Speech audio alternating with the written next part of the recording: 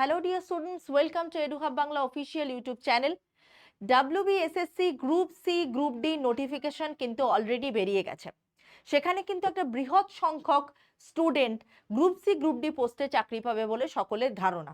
ইতিমধ্যে আবার এই তথ্যটাও উঠে এসেছে, সেটা হচ্ছে যে কালী পুজোর পরেই যে খুলবে সমস্ত সরকারি দপ্তর, তখন কিন্তু WBSSCর অর্থাৎ এসএসসি কমিশন প্রায় ৩৫০০ জনের অযোগ্যদের তালিকা কিন্তু প্রকাশ করবে এবং তারা কিন্তু ফাইনালি গ্রুপ সি গ্রুপ ডির পরীক্ষায় অংশগ্রহণ করতে পারবে না। ঠিক এসএলএসটি পরীক্ষার মতো একটা ব্যাপার।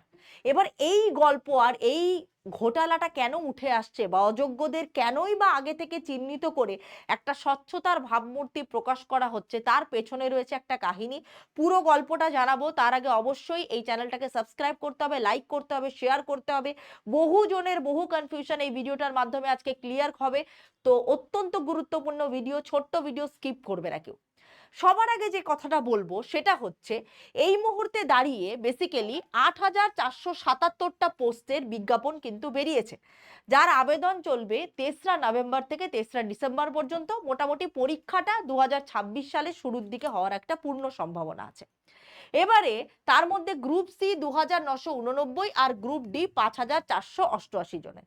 এবার WBSSC গ্রুপ সিডিতে কালী পুজোর পর ৩৫০০ জনের কাছাকাছি অযোগ্যদের একটা লিস্ট তৈরি হবে, তারা কিন্তু এই প্রক্রিয়াটাতে অংশগ্রহণ করতে পারবে না।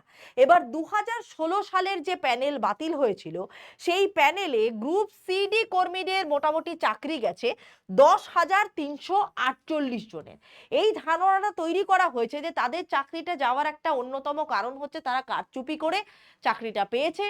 এমনও ধারণা হয়েছিল যে প্রায় ৯৯০ জনের কাছাকাছি ক্যান্ডিডেটের নাম পাওয়া গেছিল, যাদের অরিজিনাল লিস্টে নাকি কোনো জায়গাই নেই। যে প্যানেলে নাম না থাকা সত্ত্বেও চাকরি পাওয়ার অভিযোগ ছিল ৯৯০ জনের। এইবারে এরা বেসিক্যালি এটা বলা হয়েছিল চাকরি চলে গেলেও ভাতা গ্রুপ সি ২০,০০০, গ্রুপ ডি ১৫,০০০।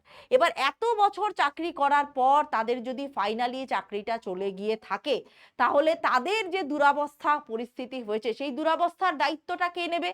বা হয়তো দেখা গেল তারা কেউ বিবাহিত, কারো সন্তান আছে, চাকরি চলে গেলে তারা একটা দাগি আসামির মতো তাদেরকে অভিহিত করা হবে এবং সব থেকে বড় ব্যাপার তাদের সংসার চলবে কি করে।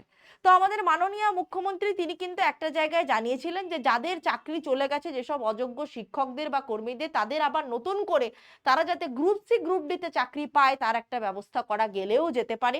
যদিও বা এই কথাটা কতটা যুক্তিপূর্ণ বা কতটা ভিত্তি আছে সেটা আমি জানি না, সেটা বলতেও চাই না, সেটা পরবর্তী আমাদের সরকার যে পদক্ষেপ নেবে সেটা প্রকাশ হবে।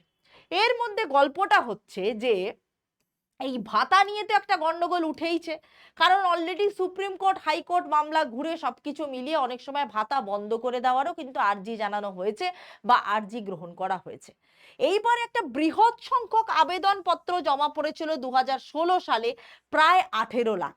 এবার সালটা হচ্ছে ২০২৫, প্রচুর বেকার যুবক যুবতীর সংখ্যা বেড়েছে।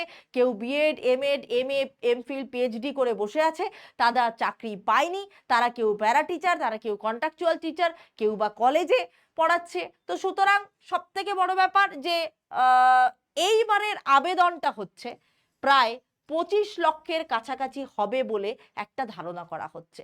যদি ২৫ লক্ষ না হয়ে ২০-২১ লক্ষও হয় মাত্র ৮,৪৭৭টা পোস্টের জন্য, তাহলে আমাদের পশ্চিমবঙ্গ রাজ্য সরকারের বেকারত্বের সংখ্যা কোন জায়গায় গিয়ে পৌঁছেছে সেটা আমার মনে হয় এবার ভাববার সময় এসেছে।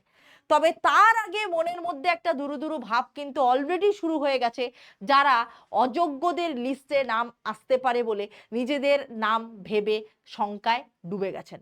৩৫০০ জনের লিস্ট প্রকাশ হতে চলেছে, তার মধ্যে ৯৯০ জনের নাম তো থাকবে বলেই আশা করা যায়, তার কারণ তাদের নাকি মেন লিস্টে নামই ছিল না, অথচ তারা চাকরি করছে।